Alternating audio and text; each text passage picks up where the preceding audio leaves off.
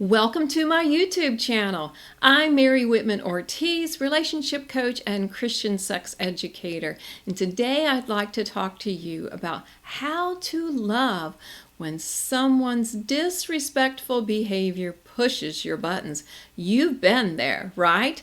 They come into the room, they say something, do something, and you are at your wit's end on how to handle that. And it can be really, really difficult, especially if it happens over and over. So I want to help you identify what is going on and what are some healthy choices for you to make at that time. Now, what does disrespectful behavior look like? And according to your background, you may have some different parameters. So I just want to give you a few examples so you can kind of self-identify if this is going on in your life. So disrespectful behavior could look like someone belittling you while you're talking or mimicking your behavior. They could interrupt you as a pattern, like again and again interrupt you. They might discredit what you say. And one way that happens is if they just repeat what you've said like it was their own idea. They might talk over you like they don't even hear what you're saying and they just keep talking. Wow. You've probably seen that and it's embarrassing. And then kind of on the flip side of this is they might ignore you, like your words didn't even matter, like you're not even in the room. Now that gets pretty harsh. So it's definitely going to stir up some feelings for you. And if you've experienced any of these feelings, it might help you recognize if this is what's going on.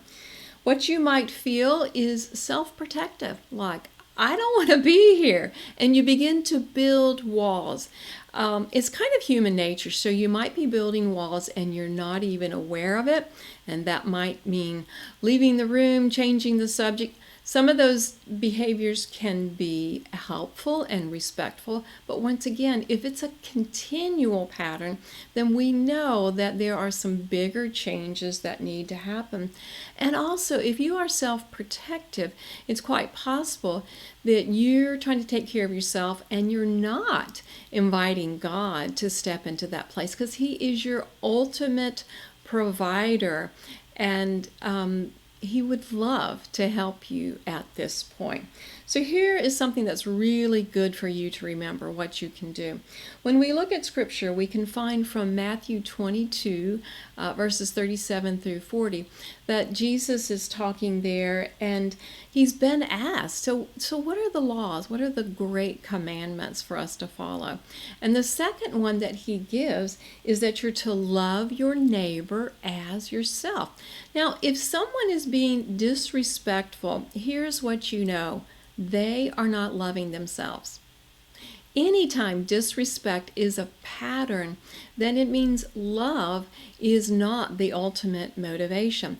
Now, we're all growing and developing, so it's not like you write them off immediately, but you just have to be aware if that's a continual part.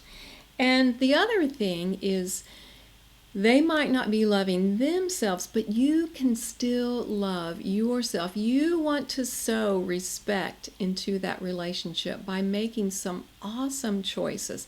So even if your buttons have been pushed, that you can show up the way you want to show up. And here's 3 great reminders to take with you.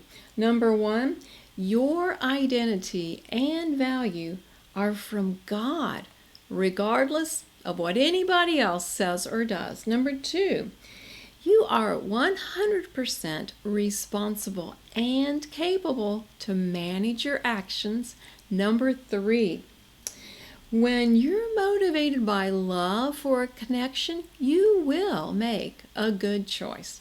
Now, I hope that encourages you right where you are today, but if you would love some more help, especially in your marriage, then I invite you to enroll in the True Intimacy in Marriage Couples course.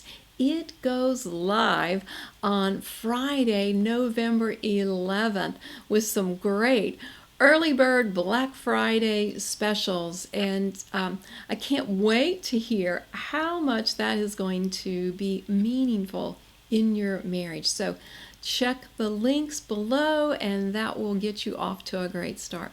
And remember, when your marriage thrives, everything in your life thrives.